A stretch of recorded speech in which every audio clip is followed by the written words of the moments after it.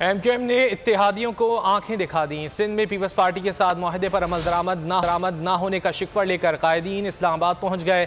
ज़राए के मुताबिक MQM रहनुमाओं ने वज़ीर आज़म के रूबरू पीपल्स पार्टी के साथ मुआहदे पर अमल दरामद ना होने पर खुलकर तहफ़्फ़ुज़ात का इजहार किया। मुत्तहदा की क़यादत ने वाज़ेह कर दिया कि अगर मुआहदे पर अमल दरामद नहीं हुआ तो हुकूमत में रहने का जवाज़ ख़त्म हो जाएगा।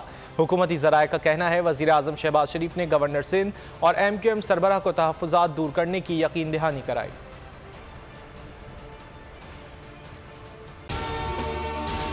अगर आपको ये वीडियो पसंद आए तो लाइक पर क्लिक करें।